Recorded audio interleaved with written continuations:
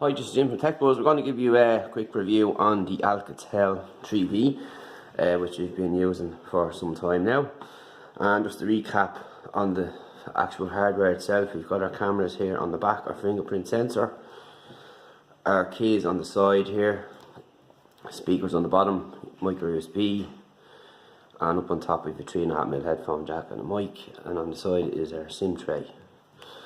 So overall, nice phone. It's very light, and this blue colour is really nice too, and it stands out. Excuse me. So up onto the front then we have our front facing cameras and sensors and so on, and this comes with face unlock and our fingerprints. So it's pretty quick. It's not lightning fast, but for anyone that's not into their high-end specs or anything, you're not going to notice the difference there. And the same applies for face unlock. If you can try it here, it's a bit difficult to try underneath the camera, but the face unlock works generally well as well, so it's not too bad. So about the phone itself, I've tried a couple of apps and a couple of games. Where this will be let down is due to its RAM, and it will slow down and bog down the more you put on it. And I've noticed playing a couple of games it does get a bit slow, particularly high powered games, but your general pastime games you'll be fine, and you shouldn't have any problems with the likes of that.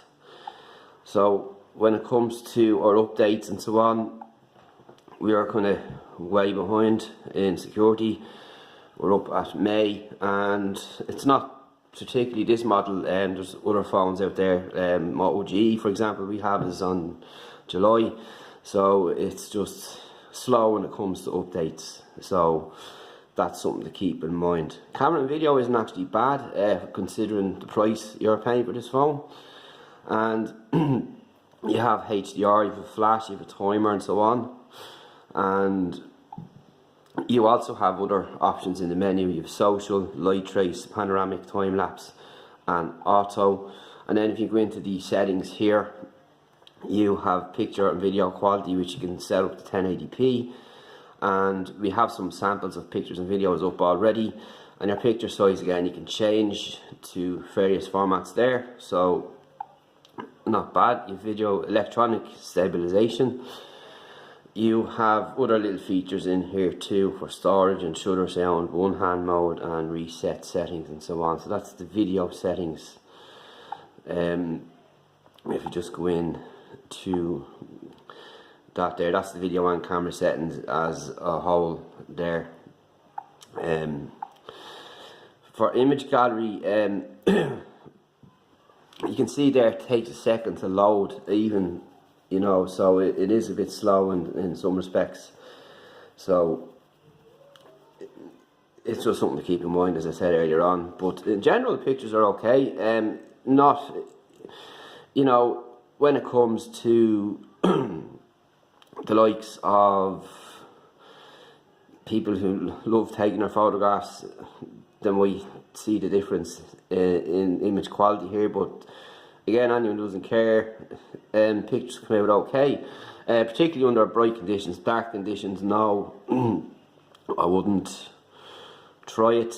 And you know, you can see there it takes a minute to load up. If I, for example, I took out an SD card from an phone, put it in, and it took quite a bit for it to actually load the whole card. So that's down to its RAM.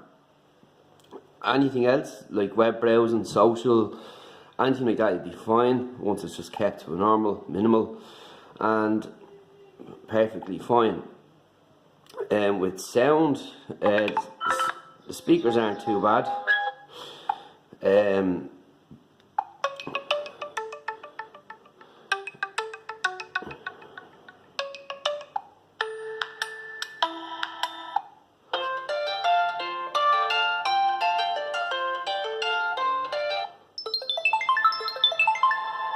There's good sound off it, decent sound. It's nothing going to blow your mind, but nonetheless it's still pretty good considering the price you're paying for the phone. So I was happy enough with that. Typically I'd use high-end devices, but over the last couple of months I've been kind of sticking to the low-end ones just to see what the market has to offer. And it's good to see the trend reversing with good phones and good specs coming in at cheaper prices rather than spending €1,000 on a phone, and you get basically the same for less than half these days. So there is no need for people to be spending stupid money on phones these days. But other than that, you have your other settings here. You have your Wi-Fi, mobile data, Bluetooth sound. You can change all these around too in your settings, and there's a hotspot on it as well. And you know, that's pretty cool. So you have Joy features, and you go down to your typical settings here with sound, user accounts and so on, and your sensors here.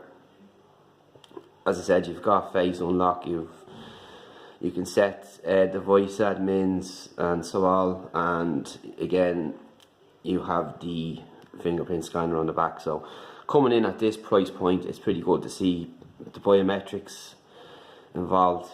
But the only really bad thing I can say about this phone is, coming from using high-end smartphones, is that it is slow, and if you load it with more stuff it will become slower.